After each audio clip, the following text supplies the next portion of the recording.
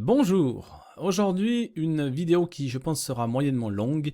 Ça fait quelques semaines que j'ai pas fait du tout de vidéo et la raison en fait c'est simplement que je suis arrivé à un moment à saturation de toutes ces infos, de tous ces chiffres que je regardais tout le temps en permanence et puis je pense que j'ai juste eu besoin de faire une pause de tout ça, de prendre un peu de recul euh, et puis ça m'a fait du bien et je pense que, enfin je conseille en tout cas à tout le monde de couper tout ce qui est média mainstream, tout ce qui est les applications comme 20 minutes. Alors celle-là, je l'ai désinstallée de mon téléphone depuis déjà pas mal de temps, parce qu'à chaque fois que je l'ouvrais, ben, j'étais pas bien. C'est trop anxiogène, je trouve. Bon, tout ce qui est journaux télévisés, etc., je les regarde plus, je les regardais déjà pas trop, mais je les regarde plus du tout. Et je m'informe principalement avec par exemple Twitter, que je préfère à Facebook parce que Twitter est un peu plus réactif, c'est un peu plus direct. Euh, et puis ça me permet de m'abonner aux fils de discussion qui m'intéressent, aux gens qui partagent des, des infos qui m'intéressent, et puis après de faire sa propre opinion en fonction des infos qu'on a. Elles sont pas toutes justes, elles sont pas toutes toujours vraies, mais ça permet de faire soi-même la recherche et faire soi-même le tri. Et ça permet justement de se faire son opinion et de forger sa propre opinion, une autre opinion que celle des médias mainstream qui est déjà formatée. Donc je pense que c'est très important. Donc je vous invite, si vous ne le faites pas déjà, à essayer cette démarche et puis de trouver d'autres sources d'informations, de chercher par vous-même les informations, même si c'est pas forcément par Twitter, mais par Internet, n'importe où. Cherchez, allez chercher vous-même les infos. Ne mangez pas directement toutes les infos qu'on vous envoie par les mainstream. Je pense que c'est le plus important à notre époque. Ensuite, on va continuer par faire un petit tour en Suisse au niveau des chiffres. Alors bon, comme ça fait un petit moment que j'ai pas regardé, que j'ai pas fait grand chose, je me suis fait une petite liste un petit peu que je vais suivre. Et puis, on va essayer de voir un petit peu ensemble les différentes infos que j'ai envie de partager dans cette vidéo. Il y a énormément d'informations en ce moment. Donc c'est vrai que c'est dur à suivre, il y en a de partout. Et je vais essayer de compiler un peu tout ça dans cette petite vidéo.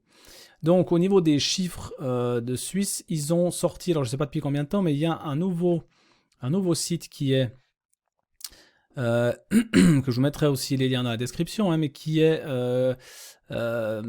covid19.admin.ch. Et puis sur ce site ici, je trouve que c'est pas mal parce qu'ils ont essayé de détailler un peu plus les choses. En tout cas, c'est un petit peu plus parlant. Vous pouvez voir en fait les rapports de situation. Alors 14 du 28 derniers jours ou depuis certaines dates.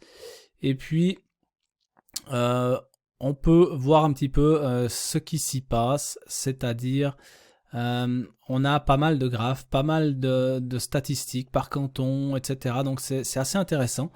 C'est assez intéressant et puis ça permet de voir un petit peu aussi où on en est avec tout ça. Alors, on peut, quand on arrive sur le site de base, sauf erreur, vous êtes sur pour 100 000 habitants. Donc c'est une moyenne, les chiffres que vous voyez, c'est des moyennes pour 100 000 habitants. Moi perso, je préfère voir le nombre de cas en valeur absolue, ça vous donne vraiment le nombre de personnes. Enfin, je trouve ça plus parlant, mais après, chacun voit ça comme il veut. Maintenant, si on regarde un petit peu les chiffres, alors c'est clair qu'on a eu... alors tout le monde parle de deuxième vague, j'aime pas ce terme deuxième vague qui est d'ailleurs assez critiqué, enfin en tout cas les professeurs comme le professeur Toussaint, le professeur Raoult, etc. Je parlerai plutôt de deuxième épisode plutôt que de deuxième vague réelle. Donc, on peut voir ici, alors, ce qu'on a, donc là, je les découvre en même temps que vous, hein, par rapport à la veille. Donc, au niveau des hospitalisations, on en a 221 de plus. Les décès, 79, je crois que ça c'était un petit peu les chiffres qu'on avait par jour, 80 morts par jour, je crois, quelque chose comme ça. J'ai pas vraiment tout regardé. Mais vous pourrez parcourir ce site et puis vous faire aussi votre propre avis. De ce qu'on peut voir actuellement, c'est qu'effectivement on a l'air d'avoir touché un pic et qu'on est en train de redescendre, donc ce qui est à première vue comme ça, plutôt une bonne nouvelle. On verra si ça se confirme, mais quand on regarde la proportion des tests positifs, on voit que c'est en train de redescendre. Au niveau des décès, c'est en train gentiment de prendre une courbe descendante. C'est toujours un petit peu décalé avec les tests et normalement avec les hospitalisations, mais on voit que les hospitalisations aussi, ça a l'air de gentiment redescendre. Donc on verra si ça se confirme ces prochaines semaines ou pas. Mais en tout cas, de ce qu'on voit là, c'est plutôt encourageant pour la suite. Donc je ne vais pas m'étaler plus parce que j'ai pas, comme je vous dis, j'ai pas vraiment trop regardé ces chiffres en précision depuis quelques semaines. Donc je les prends vraiment un petit peu avec des pincettes parce que le problème que j'ai toujours, c'est que on se focalise sur les chiffres Covid, mais où est passée la grippe, on n'en sait rien. On ne sait pas tout ce qui est derrière ces hospitalisations, ces morts, ces chiffres. Donc c'est Covid, mais pour moi c'est pas assez précis comme information. Et on n'en saura de toute façon pas plus. Donc c'est pour ça que je prends un petit peu tout ça avec un peu plus de recul maintenant. Mais on peut toujours, je vous mettrai le lien, aller télécharger également le tableau Excel qui vous donne les morts par semaine depuis le début de l'année. Alors, je vais essayer d'agrandir un petit peu ça, mais bon. Donc, si je prends, donc en 2020, alors on a les chiffres jusqu'à la semaine 45. Donc, on voit qu'à partir de la semaine 43, on a une augmentation du nombre de morts par semaine, si on prend par rapport aux dernières années. Alors, il sera intéressant de voir jusqu'à la fin de l'année ce que ça va donner, parce que on avait vu sur le premier épisode qu'on avait eu une augmentation des morts. Justement, c'était un peu pareil aussi sur ici, 1, 2, 3, sur 4, 5 semaines. Et puis après, c'était descendu et par la suite, on a même eu moins de morts que l'année d'avant. Alors bon, moi je suis pas spécialiste, mais on peut penser que les personnes qui devaient décéder dans l'année sont décédées dans ces périodes-là, sont décédées un peu plus vite que prévu, si j'ose dire, toujours dans le respect des décès, paix à leur âme. Alors je sais pas si ça va être la même chose avec l'épisode qu'on a actuellement, c'est-à-dire on a une concentration où on a quelques semaines où on a plus de morts et puis peut-être après ça va redescendre, j'en sais rien, c'est une hypothèse. Mais si je prends, si j'arrive à sélectionner comme ça, est-ce qu'on arrive à voir sur cet écran là? Voilà, si je prends la somme actuelle de 2020, nous sommes à 59 096 décès. Si on prend la même chose sur 2019, on est à 58 129. Donc on a à peu près actuellement à peu près 1000 morts de plus que l'année passée. Donc voilà, on verra un petit peu si ça se confirme sur les semaines à venir. Alors je vais pas faire la moyenne ici sur le tout, mais ça vous pouvez aller chercher cette info, vous avez le lien dans la description, vous pouvez aller télécharger ce tableau, vous pouvez regarder les données, les retourner dans tous les sens, voilà, vous pouvez vous faire aussi votre opinion. Donc on verra sur la suite des semaines, sur la fin de l'année, ce sera intéressant vraiment de voir à la fin de l'année la différence réelle qu'on a de morts par rapport à l'année passée. Ensuite, une autre chose qui m'interpelle, c'est que tout le monde a parlé de deuxième vague, depuis la fin de la première, en fait. Le monde entier nous parle d'une deuxième vague, et quand cette deuxième vague arrive, on nous dit les hôpitaux sont surchargés, on a l'impression que personne n'est prêt. C'est quand même quelque chose qui m'interpelle parce que ça fait plusieurs mois que tout le monde dit qu'il va y avoir une deuxième vague, et puis quand elle arrive, c'est comme si on n'était pas préparé. Donc, ouais, je sais pas, il y a des choses que j'ai quand même des fois du mal à comprendre. Il faut aussi savoir que les hôpitaux, c'est pas la première fois qu'ils sont surchargés. Je vais vous montrer une photo qui date de du 8 février 2019. Hein. Donc voilà ce qu'on avait dans les journaux en février 2019. Les hôpitaux vaudois débordent, des dispositifs de crise sont activés. Et ça, c'était uniquement avec la grippe. Donc il n'y avait pas encore de Covid, il n'y avait rien du tout. Donc il faut quand même prendre en compte que chaque année, les hôpitaux sont surchargés ou en tout cas très tendus. C'est la même chose en France. Hein. En France, chaque année, les hôpitaux sont tendus, déjà sans le Covid. Donc c'est clair que quand on a des épisodes comme on vit actuellement, bah c'est sûr que les hôpitaux sont tout de suite au bord du craquage. Hein. Donc ça, c'est pas une nouvelle exceptionnelle. Hein. Après, ce que je voulais vous montrer comme image aussi, c'était par rapport à ça. Alors, je passe un petit peu du coq à l'âne, mais c'est par rapport au vaccin. Donc, on nous promet un vaccin qui va arriver. Je voulais juste vous montrer une image. Je vais vous montrer pas mal de petites images dans cette vidéo parce que je trouve que c'est des fois plus parlant. Je voulais vous montrer une image du vaccin. Alors, j'ai préparé quelque chose ici. Voilà ma petite image. Donc ça, c'est la durée de développement de certains vaccins. Donc on voit que pour la varicelle, on a mis 30 ans. Pour la grippe, on a mis 30 ans. Pour le virus du papillome humain, il a fallu 16 ans. Le rotavirus, 16 ans. Vaccin pédiatrique combiné, il a fallu 12 ans. Pour Ebola, il a fallu 5 ans. Et pour le Covid, qu'on ne connaît pas, il aura fallu 18 mois. Alors, il y a pas mal de choses qui se passent au niveau de ces vaccins. Il y a beaucoup d'effets d'annonce qui sont faits par les différents laboratoires. Tout ça est un joli jeu de bourse, parce qu'à chaque fois qu'il y en a un qui dit « mon vaccin est efficace à 90%, boum, le cours s'envole. On a vu récemment, je crois que c'est Pfizer, où au moment où il sortait les résultats, le PDG de Pfizer a vendu 60% de ses actions. Donc, ça veut dire que le gars annonce que son vaccin est super, le cours de bourse il monte, et puis quand il publie les résultats, il sait que ça va pas jouer, et il prévoit déjà de vendre toutes ses actions. Donc en gros, bon, le gars s'est fait des millions au passage, hein, tranquillement, et tout ça sur des effets d'annonce. Donc, je suis vraiment assez prudent avec ces histoires de vaccins, avec des commandes qui sont déjà faites, alors que les choses ne sont même pas validées. Et puis, par rapport à ça, je vais vous montrer la vidéo une vidéo de notre ami Louis Fouché, pour ceux qui ne l'auraient pas encore, enfin qui ne connaissent pas, qui nous parle justement des vaccins.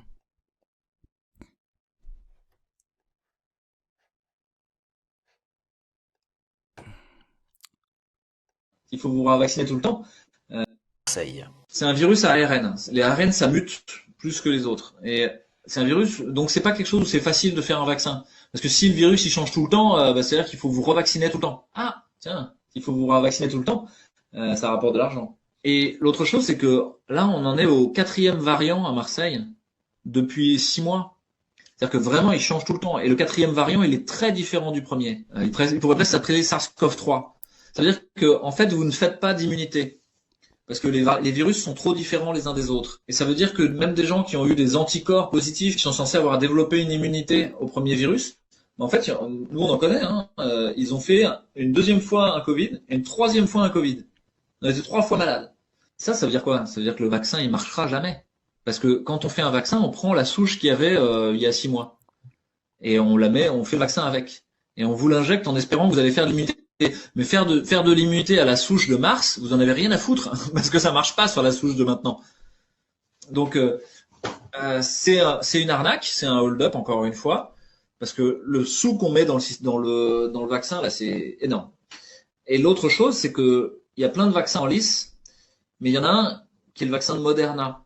Et c'est une pirouette intellectuelle intéressante, c'est que ce qui coûte cher dans un vaccin, c'est les petits morceaux du virus que vous mettez dans le vaccin. C'est l'antigène viral. Ça coûte cher à produire.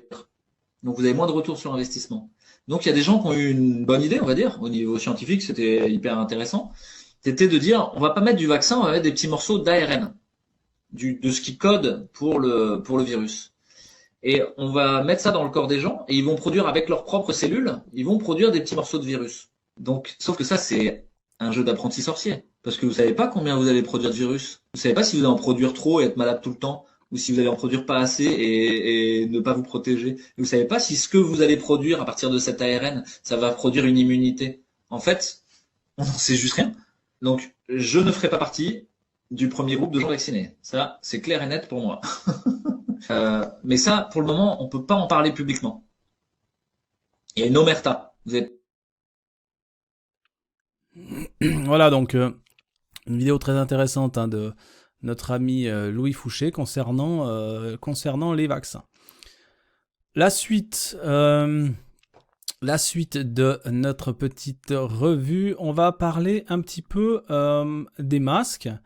Il y a une nouvelle étude danoise qui vient de sortir. Alors, ça fait un petit moment qu'ils ont fait cette étude, mais il y a personne n'avait envie de la publier puisque en fait, elle révèle simplement que dans leur étude, porter ou non un masque ne change rien au fait par rapport aux infections Covid. Donc je vous mettrai le lien pour aller la lire. Donc tout est en anglais. Maintenant, si on prend rapidement la conclusion de cette étude, en fait, ça nous dit... Alors, je vais voir si je peux la traduire comme ça rapidement avec notre ami DeepL. Donc, la recommandation de porter des masques chirurgicaux en complément d'autres mesures de santé publique n'a pas réduit le taux d'infection par le CoV-SRAS de plus de 50% chez les porteurs dans une communauté où les taux d'infection sont modestes, où il existe un certain degré de distanciation sociale et où le port général du masque est peu fréquent. Les données étaient compatibles avec un degré moindre d'autoprotection. Si vous voulez en savoir plus par rapport à ça, vous pouvez suivre également sur Twitter le compte de Corinne Reverbel. Donc je vous le montre ici. Elle a, je vous mettrai le lien aussi dans la description. Donc elle a fait un petit peu l'explication de cette étude, parce que bon, moi je suis pas scientifique, je fais que regarder un petit peu les choses qu'on me propose. Donc j'ai pas été voir non plus en profondeur, mais elle explique un petit peu tout ça dans ce fil de discussion au niveau de cette étude sur les masques. Donc c'est une étude qui a été faite, il faut savoir, c'est un essai contrôlé randomisé avec 6000 personnes, dont il y en a eu 3030 avec masque et 2994 sans masque. Donc apparemment la conclusion de cette étude, c'est que avec ou sans masque, il n'y a pas de différence significative par rapport à l'infection au Covid.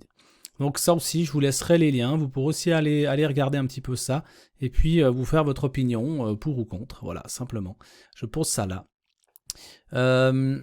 Ensuite, concernant toujours les masques à l'école pour les enfants, je ne sais pas si vous avez vu, en France, maintenant, ils ont obligé ça pour les enfants de 6 ans.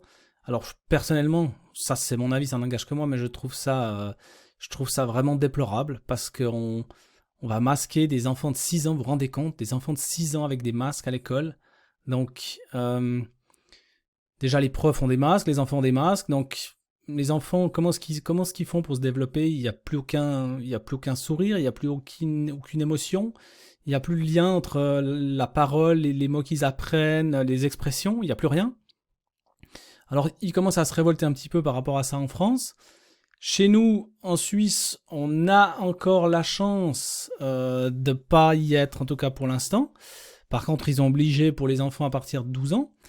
Moi, j'ai 2 enfants qui n'ont pas encore l'âge de porter un masque à l'école, mais il est clair que si ils obligeaient maintenant à mettre les masques pour des enfants à partir de 6 ans, mes enfants sortiront de l'école et on fera l'école à la maison. Il est hors de question que j'oblige mes enfants à porter un masque 8 heures par jour pour aller en cours. Je trouve ça totalement aberrant. Donc, il y a ces études aussi qui ont prouvé que les enfants n'étaient pas des vecteurs, n'étaient pas malades. Enfin, il n'y a aucun problème avec les enfants par rapport à tout ça. De tout ce qui a été vu, vous pouvez faire des recherches sur Internet partout. Donc, pour ma part, si mes enfants devaient porter un masque à l'école, bah ils iraient plus à l'école. On a la chance dans le canton de Vaud de pouvoir faire l'école à la maison. Donc, après, c'est une question d'organisation, c'est une question d'envie aussi, c'est clair. Hein. Il faut, mais bon, dans la vie, il faut savoir ce qu'on veut. Et mes enfants ne porteront pas de masque à l'école. Ça c'est sûr, c'est un fait. Ensuite, par rapport à ces masques, j'avais justement une image qui, quand je vois ce genre d'image, voilà, ça c'est des enfants dans une garderie. Alors je sais plus exactement dans quel pays, hein, si c'est en France ou et voilà comment sont les enfants, comment est-ce qu'ils évoluent. On leur apprend à rester dans des cercles à distance avec des masques. C'est génial quand on voit ça, c'est génial. On se dit que l'épanouissement et l'avenir de nos enfants est garanti. Non, mais c'est juste révoltant. Moi, quand je vois ça, j'ai tellement d'émotions qui viennent en même temps que je préfère pas trop en parler parce que après je deviens méchant. Il y a aussi une autre image qui, je vous ai dit, beaucoup d'images là, mais je trouve qu'une image tellement parlante que j'ai trouvée aussi sur les réseaux. Une image qui fait un peu froid dans le dos, hein, je vous l'avoue, où on voit deux enfants dans la réalité actuelle, notre réalité maintenant, et ce que les enfants aimeraient faire. Voilà. Donc cette image-là, elle est très forte. Et je pense que c'est quand même un peu le moment de se questionner. C'est quand même un peu le moment de savoir ce qu'on veut faire de nos vies et ce qu'on va faire de la vie de nos enfants. Parce que bon, moi perso, ma vie, moi j'ai 41 ans, ma vie elle est déjà à moitié faite, on va dire. Moi, je veux bien accepter de porter un masque. Je veux dire que je vais dans les magasins, je respecte. Je vais pas faire le rebelle total. J'ai la chance de pas avoir besoin de porter de masque, à part quand je vais 5 minutes au magasin m'acheter un truc. Voilà. Donc, je respecte, ça me pose pas de problème. Je veux bien accepter ça. Mais nos enfants, je suis pas d'accord. Je suis pas d'accord. Et moi, je le respecte parce que je ne vais que 5 minutes dans un magasin. Maintenant, si je devais travailler toute la journée avec un masque, ça serait différent. Mais je pense que c'est vraiment le moment de se poser les bonnes questions et puis de savoir où est-ce qu'on va aller. Voilà, pour ces petites images. Ensuite, ça va bien avec la transition du sujet suivant, c'est le peuple se lève. Effectivement, alors on a eu des manifestations. Je ne sais pas comment ça se passe dans les gros médias puisque je ne les regarde plus. On a eu une énorme manifestation à Berlin. Alors, le son... Grosse manifestation à Berlin. Les policiers ont dû sortir les canons à eau. Donc vous voyez que ça commence à bouger un peu partout dans le monde. À Berlin. Donc ça c'est sur le profil de Momochi que je vous conseille également de suivre sur Twitter. Je vais couper le son, voilà. On a eu des manifestations... alors j'en étais où? Ici. Également en Allemagne, ça c'était à Leipzig, grosse manifestation également. Il y a eu, j'ai pas les images ici, en Italie, ça doit faire bientôt je pense 20 jours qu'ils manifestent tous les soirs, ils sont tous dans la rue, ils sont tous dehors en train de manifester, malgré les couvre-feux, les machins, tout ce qu'on veut, ils sont tous dehors. Il y a également eu... des manifestations à Paris. La France, on dirait qu'elle commence un petit peu à se réveiller aussi. Et puis, il y a eu des manifestations... Alors, c'est pas celui-là que je voulais montrer. Il y a eu des manifestations au Danemark.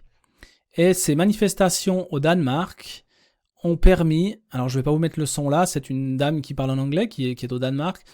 Ont permis, en fait, ils ont manifesté pendant une dizaine de jours, plus d'une dizaine de jours, contre une loi qui devait passer au Danemark, qui était une loi santé vraiment très très liberticide qui pouvait contraindre la population. Et cette loi n'est pas passée. Donc les Danois, à force de manifester, ils ont tapé sur des casseroles pendant une semaine. Ils se sont fait entendre et leur parlement ou leur gouvernement est revenu en arrière sur en tout cas cette loi n'est pas passée. Donc c'est plutôt une bonne nouvelle. Je vous mettrai tous les liens sont dans la description. Vous pourrez aller jeter un coup d'œil. Et puis concernant le confinement en France, il y a une petite vidéo que je vais vous montrer qui est passée sur LCI Pujadas. Je vous laisse voir ça, elle dure 2 minutes 20, on y va. C'est justement la vitesse.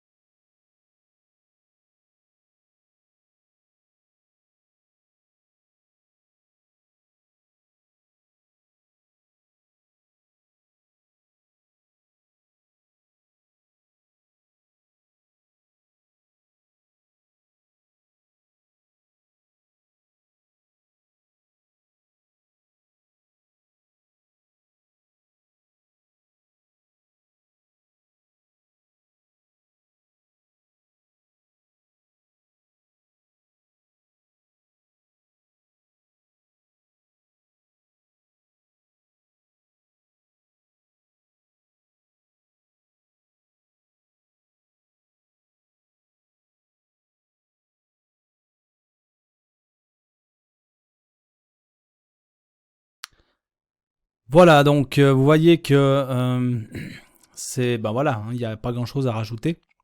Je pense que c'est assez clair. Il y a une autre petite vidéo que je voulais vous montrer qui est celle de notre ami Prod qui nous expose juste des faits. C'est une petite vidéo qui dure 1 minute 10. On regarde ça. 10% des patients en réanimation.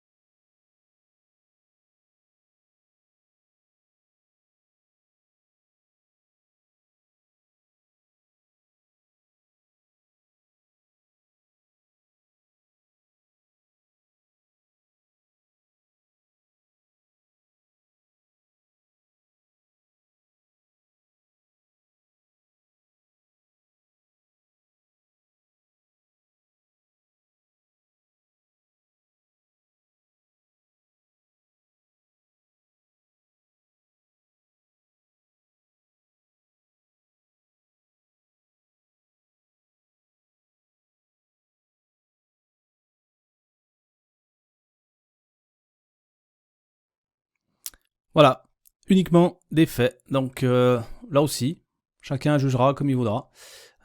C'est factuel. Donc ça, c'est bien sûr, c'est par rapport à la France. Hein. Mais enfin, en règle générale, dans le monde entier, c'est la même chose. La suite, je voudrais juste parler un petit peu des élections américaines. Alors, je suis pas mal ces élections depuis quelques semaines. Alors là, je ne veux pas faire rentrer dans des débats pro-Trump, anti-Trump, etc. Là, je pense qu'il s'agit pas de ça actuellement. Il s'agit là vraiment de la démocratie en général.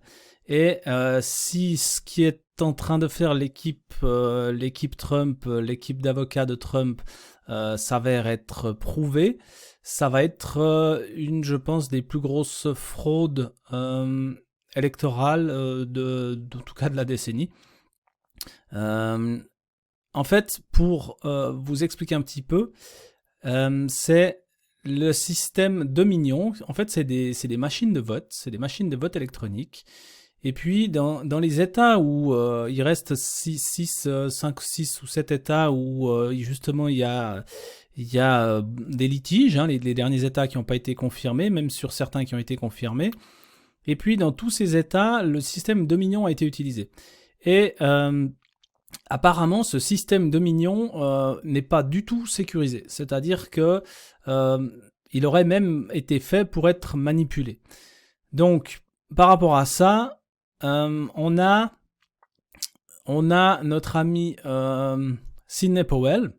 Alors pour ceux qui ne connaissent pas Sidney Powell, c'est une ancienne procureure fédérale. Elle a travaillé pendant 10 ans pour le gouvernement fédéral et c'est une des plus grandes avocates aux USA. C'est une personne respectée et c'est une personne qui, quand elle parle, elle ne parle jamais si elle ne peut pas prouver ce qu'elle dit. Donc, j'ai une petite image assez sympathique, où est-ce que je l'ai trouvée, de notre ami Powell, qui est ici. Alors ça, c'est pris aussi de Twitter.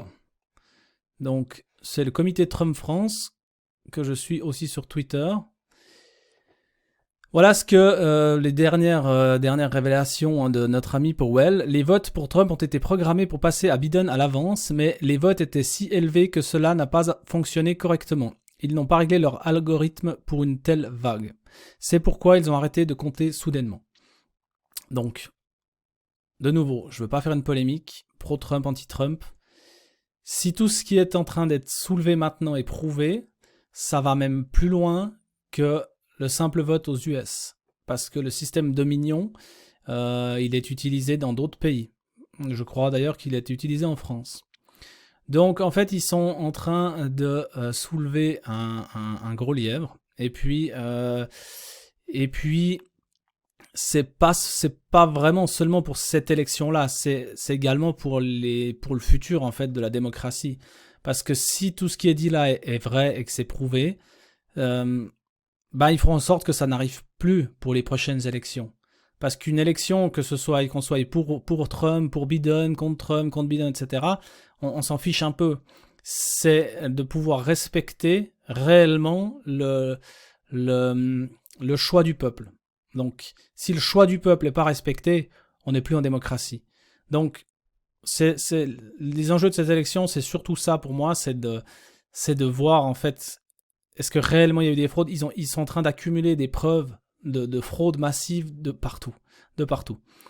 Et des témoignages sous serment de beaucoup de monde. Il faut savoir que témoigner sous serment aux États-Unis, si vous mentez alors que vous êtes sous serment aux États-Unis, c'est très grave là-bas. Hein. C'est très grave. Donc les gens n'ont pas intérêt à mentir pour ce genre de choses. Donc, par rapport à ces élections, il y a une image que j'avais vue qui, je trouve, est assez excellente. Alors bon, c'est de l'humour, hein. Voilà l'image que j'ai bien aimée. On voit le Deep State, donc l'État profond, donc ceux qui veulent faire tomber, Trump, les votes, et ça c'est Trump derrière. Voilà, ça c'est juste une image d'humour. Donc on verra bien, hein. On verra bien. De toute façon, je pense que d'ici mi-janvier, on sera réellement fixé sur ces élections. Qui l'emportera ? On verra bien.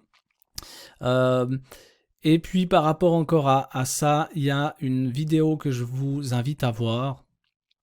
sur Odyssée, donc qui est une vidéo de Miniver qui fait des traductions et qui a fait une traduction de Sidney Powell. Donc elle dure 10 minutes, on va pas la regarder maintenant, hein, mais c'est une vidéo de Sidney Powell. Et en regardant cette vidéo de 10 minutes, vous comprenez pas mal de choses par rapport à ce qui est en train de se passer et l'avancement dans ces divers procédures. Donc si ça vous intéresse pas du tout, bon bah ça c'est chacun son choix. Mais si vous êtes intéressé un petit peu par ce qui se passe aux US, regardez cette vidéo. Voilà, c'est un petit peu tout ce que je voulais partager avec vous dans cette vidéo. J'avais pas prévu de refaire spécialement de vidéos. J'ai pas énormément d'abonnés sur ma chaîne. J'ai une personne qui m'a demandé qu'elle voulait que je refasse quelque chose. Donc bon, je me suis dit que même si c'était pour une personne, je voulais bien prendre le temps de faire quelque chose. Et si je pouvais aider, orienter ou faire découvrir d'autres choses à une seule personne, même une seule personne, bah ça ferait ma journée. Donc vous avez fait ma journée. Et puis bah c'est comme ça qu'on avance, hein. Une personne qui en fait découvrir une autre, etc., etc. Et puis c'est comme ça que les gens s'éveillent et après font ce qu'ils ont à faire et font ce qu'ils ont à faire de leur par rapport à ce qu'ils ont à l'intérieur d'eux. Je pense que c'est le plus important, c'est de suivre ce qu'on pense être bon. Et même si on est tout seul, même si je suis tout seul et que personne me suit, je pense qu'il faut toujours faire ce qu'on pense être bon à l'intérieur de nous. La conclusion de tout ça, donc ce serait arrêtez de regarder les médias mainstream. Allez sur Twitter, vous pouvez me suivre, hein, vous avez vu mon pseudo là, c'est @razalghoul79. Si vous avez aucune idée, vous pouvez suivez-moi sur Twitter, vous verrez ce que je retweete, vous pourrez suivre ou non les gens, enfin voilà, ça vous crée un tissu, ça vous crée un autre canal d'information. Et puis je pense que j'ai un petit peu tout dit par rapport à ça. Faites vos propres recherches, faites-vous vos propres infos et réfléchissez par vous-même. Et puis au bout d'un moment, on verra s'il faut agir et dans quel sens il faut agir. Mais rien qu'en retweetant des infos, des trucs, on participe aux soldats numériques qui font que l'information actuelle, c'est-à-dire l'information parallèle, commence à prendre plus d'ampleur que les chaînes et les comptes d'information mainstream. Et ça, c'est un réel basculement dans la société. C'est ce qui aura permis cette crise. Et c'est très bien, parce que ça fait que les gens commencent à réfléchir aussi par eux-mêmes et trouver des infos. Moi, je dis pas que tout ce que je dis est vrai, je détiens pas la vérité, mais c'est important de se questionner et puis de trouver des réponses et puis surtout de réfléchir par soi-même.